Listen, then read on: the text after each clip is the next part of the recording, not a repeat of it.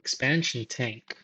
This one I was a little bit worried that this one would be a difficult job, but it actually turned out to be quite easy for uh, I thought it might be difficult for two reasons. One, I have to drill into uh, the the chassis crossbars, which are rounded, so it's not quite easy to drill.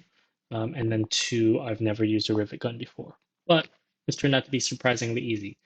What I did was I used my paint pen to mark out the holes for the expansion tank plate.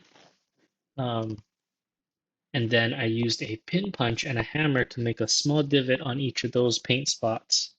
And then that made it extremely easy to drill, as the drill bit would just rest on the divot and it drilled in fairly easily. I used black oxide bits. So that happened in just a few minutes, and then uh, learning to use the rivet gun took a little bit too, but it was quite easy and straightforward. So I managed to attach the plate.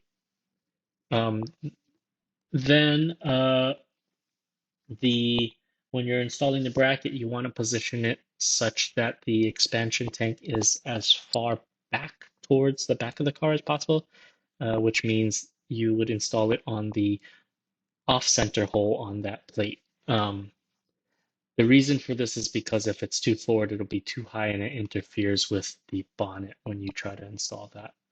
But yeah, other than that, it was really straightforward. The manual, though, is missing a washer in the diagram that's required to secure the bracket.